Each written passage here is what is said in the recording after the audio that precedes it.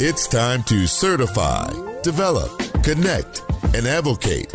So let's talk small business with the Georgia Minority Supplier Development Council and your host, Stacy Key. Hi, this is Stacy Key here at the 2019 Business Opportunity Exchange at Cox Enterprises headquarters. And we're talking to corporate members and MBEs throughout the day, understanding their journey, talking about their programs of supplier diversity, and just having them tell their story. And I'm now here with Crystal King from Grady. Crystal, welcome. Well, thank you. I appreciate it. And Crystal is new to the Grady team. But she has a long-standing, impressive career in corporate America. She's been places, she's done things, and she is bad to the bone, Miss Crystal King. So Crystal, talk a little bit about Grady and their program, and a little bit about your vision as a new member heading up the Grady program. Thank you, Stacy. So Grady's program in supplier diversity has been around for about 5 years now. And in a short time, Grady's made great strides.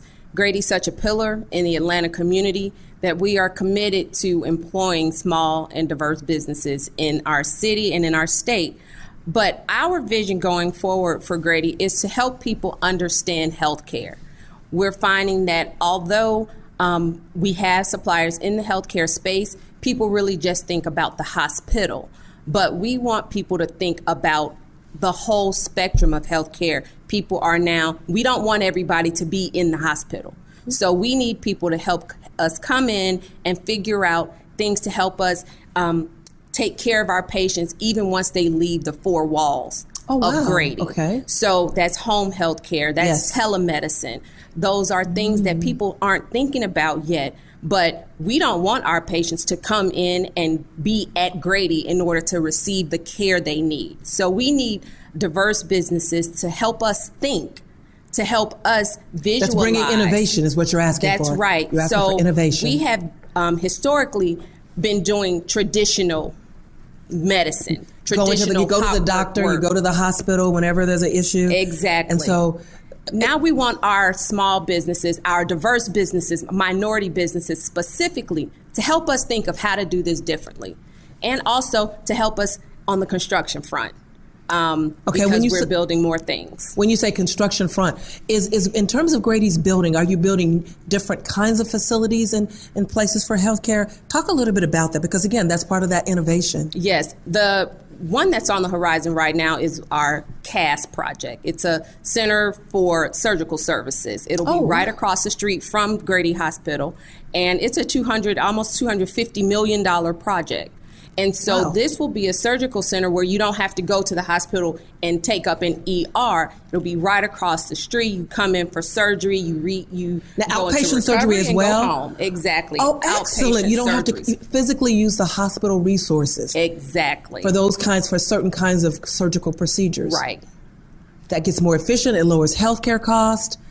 Oh, I'm liking that. And it's going to be an economic boom for the city. Absolutely, creating jobs. Yes, creating jobs, and we want our minority suppliers to be a part of that process. And so we are, our GC is a joint venture between Skanska and H.J. Russell. Oh, what great, excellent. And we are having information sessions. Actually, there is one on today.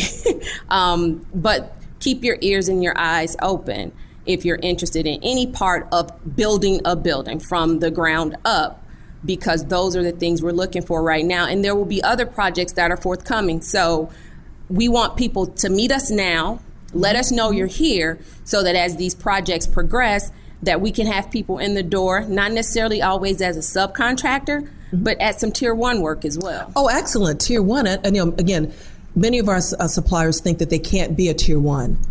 Is there any kind of special requirements to be a tier one with Grady? Because again, they think they have to be a tier 2 or 3. Right. And I'll be honest, historically it's really been a tier 2 search. But if your company is financially sound, you have an amazing safety record, you have bonding capacity, you have money in the bank, there's no reason that we can't consider you for tier 1 work. But you have to have your value add. What are you bringing to the table? And what can you do to set your company aside from everybody else? Oh, absolutely. Your competitive advantage, that competitive edge that company brings to the table. Yes. Excellent. So as you're telling these companies about coming to do business, is there any nuggets of wisdom that you'd want to share with them about, and navigating Grady and the Grady system of doing business? I would. And I would tell anybody who's interested in healthcare across the country, become familiar with with group purchasing organizations, with GPOs. Like Vizient? Vizient. Grady works a lot with Vizient.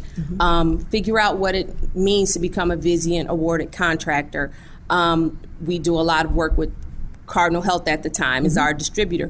What does that mean? And what does that do for your business? I think just a lot of minority suppliers are not educated yet about GPOs. Yep. But it is the way of healthcare. And if you are going to make inroads, you're going to have to learn about it and become involved. I think one of the things, Crystal, as we're talking, that we might want to consider is doing a lunch and learn around the GPO model and how to do business with the GPOs, because that's a way in for the healthcare industry, for suppliers, and understanding how to navigate the GPO. Absolutely. And maybe we do something in partnership with Grady and Vizient together, so that they clearly understand the model, how to best navigate it, and how to be successful in doing business. Because that's an amazing idea. Yeah, it makes sense for the healthcare providers because it lowers your cost. Absolutely. That's an amazing idea. Let's make it happen. Absolutely. So, Crystal, any other words you'd like to share with our listeners? Anything we can do to help you be successful at Grady? Keep being great. Keep being a conduit, because there are only a few of us in our office. But I always tell suppliers, become active in this organization, in GMSDC, because I'm not going to have time to meet everybody and shake hands. But if I can call GMSDC and they can sign off on you, then that gives you a leg up, and that gets you into our doors to even have the conversations. Always bring your A game. Always be your best. Be prepared. And when you come into our doors, we want you to not just tell us what you see on an RFP that's hanging out there, but research us enough to know how you can help us alleviate a pain point. I'm we hearing don't that even know more. we have. Companies want you to do the research so that you know their business, their culture, what are their challenges, and then bring those innovative solutions to the table to help them be successful and add value. Yes, that's it. Innovation is it right now. We need to do business differently, and we need you to help us figure out how to do that. Crystal, know we're here, GMSDC, here to support you. You're part of our family, and so all the best for your continued success at Grady. Thank you.